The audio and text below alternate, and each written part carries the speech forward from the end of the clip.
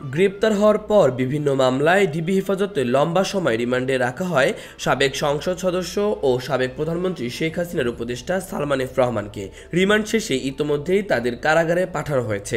রিমান্ডে শেখ হাসিনা ও তার মন্ত্রিসভার বেশ কয়েকজনের বিষয় চাঞ্চল্যকর তথ্য দিয়েছেন বলে জানা গেছে। সালমান এফ রহমানের দাবি, শেখ হাসিনার স্বৈরাচার ও ফ্যাসিস্ট হওয়ার পেছনে আওয়ামী লীগের 5 নেতা দায়ী। তারা হলেন আওয়ামী লীগের সাধারণ সম্পাদক ও সাবেক সেতুমন্ত্রী ওবায়দুল কাদের, সাবেক স্বরাষ্ট্রমন্ত্রী আসাদুজ্জামান খান কামাল, সাবেক মন্ত্রী জাহাঙ্গীর কবির নানক, সাবেক তথ্য প্রতিমন্ত্রী জুনায়েদ আহমেদ পলক এবং সাবেক তথ্য প্রতিমন্ত্রী মোহাম্মদ আলী আরাফাত।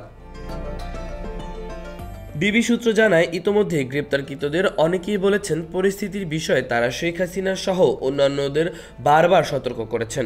বলেছেন যা হচ্ছে তা ভালো হচ্ছে না, কিন্তু তারা কোনো উপদেশই শোনেননি। শেখ হাসিনা ছিলেন একরোখা। ডিবির বরাত দিয়ে একটি সংবাদ মাধ্যম জানিয়েছেন, জুনায়েদ আহমেদ পলকের বিরুদ্ধে অন্যরা যেসব অভিযোগ তুলেছেন সেসব ডিবি হেফাজতই অস্বীকার করেছেন পলক ডিবিকে জানিয়েছেন অবস্থা বেগতিক দেখে তিনি পদত্যাগ করতে চেয়েছিলেন। শেখ হাসিনা সহ অন্য নেতারা তাকে পদত্যাগ করতে দেয়নি। আওয়ামী লীগ নেতা জাহাঙ্গীর কবির নানক তাকে গালিগালাজ করেছেন। বলেছেন এই মুহূর্তে মন্ত্রিসভার কেউ পদত্যাগ করলে সরকারের ওপর চাপ বাড়বে। ওবায়দুল কাদের পলককে শারীরিকভাবেও লাঞ্ছিত করেন। সাবেক প্রধানমন্ত্রী শেখ হাসিনার উপদেষ্টা সালমান এফ রহমান ডিবিকে জানিয়েছেন 5-6 জন নেতার জন্য দেশে ভয়াবহ পরিস্থিতি তৈরি হয়, আর এই পরিণতির জন্য শেখ হাসিনা নিজেই দায়ী। সালমান আরও বলেন, আমি যেহেতু ব্যবসায়ী, তাই ব্যবসায়িকদের সঙ্গেই আমার বেশি বৈঠক হতো। ওইসব বৈঠক থেকে দেশের অবস্থান স্থিতিশীল রাখতে তারা চাপ দিত। আমি ওই চাপের কথা তৎকালীন প্রধানমন্ত্রীকে অবগত করতাম, কিন্তু তিনি পাত্তা দিতেন না। রুদ্রধারা বৈঠকগুলোতে আমাকে রাখা হতো না। কারফিউর ঘোষণা দিন ওবায়দুল কাদের দেখামাত্র গুলির নির্দেশ, এই বিষয়ে প্রশ্ন করা হলে সালমান এফ রহমান বলেন, আইনগতভাবে এটা বলার সুযোগ নেই। তিনি কেন এই ধরনের কথা বলেছেন তার ব্যাখ্যা তিনি নিজেই দিতে পারবেন।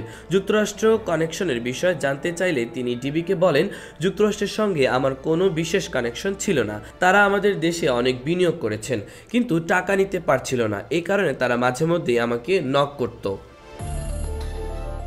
যুক্তরাষ্ট্রের লোকজন কেন বারবার এসে আপনার সঙ্গে বৈঠক করত জানতে চাইলে সালমান এফ রহমান ডিবি সংশ্লিষ্ট কর্মকর্তাদের বলেন, বৈঠকগুলো ছিল মূলত অর্থনৈতিক বিষয়। ডলার সংকট সহ নানা কারণে যুক্তরাষ্ট্র বিনিয়োগকারীদের মুনাফা দিতে পারছিল না। তাদের সঙ্গে রাজনৈতিক বিষয় নিয়ে আমি কোনো কথা বলতাম না। অর্থ পাচারের বিষয়ে সালমান এফ রহমান কি বলেছেন জানতে চাইলে সালমান কিছুটা দায় স্বীকার করলেও পুরো দায় চাপিয়েছেন শেখ হাসিনার পরিবারের সদস্য ও মন্ত্রিসভার কতিপয় সদস্যদের বিরুদ্ধে। শেখ হাসিনা সবকিছু জানতেন বলেও রিমান্ডপ্রাপ্ত কয়েকজন আসামির দাবি। রিমান্ডে সাবেক আইনমন্ত্রী আনিসুল হক নিজেকে নির্দোষ দাবি করে বলেছেন, সবকিছুর জন্য সাবেক প্রধানমন্ত্রী শেখ হাসিনা এবং তার মন্ত্রিসভার কয়েকজন সদস্য দায়ী।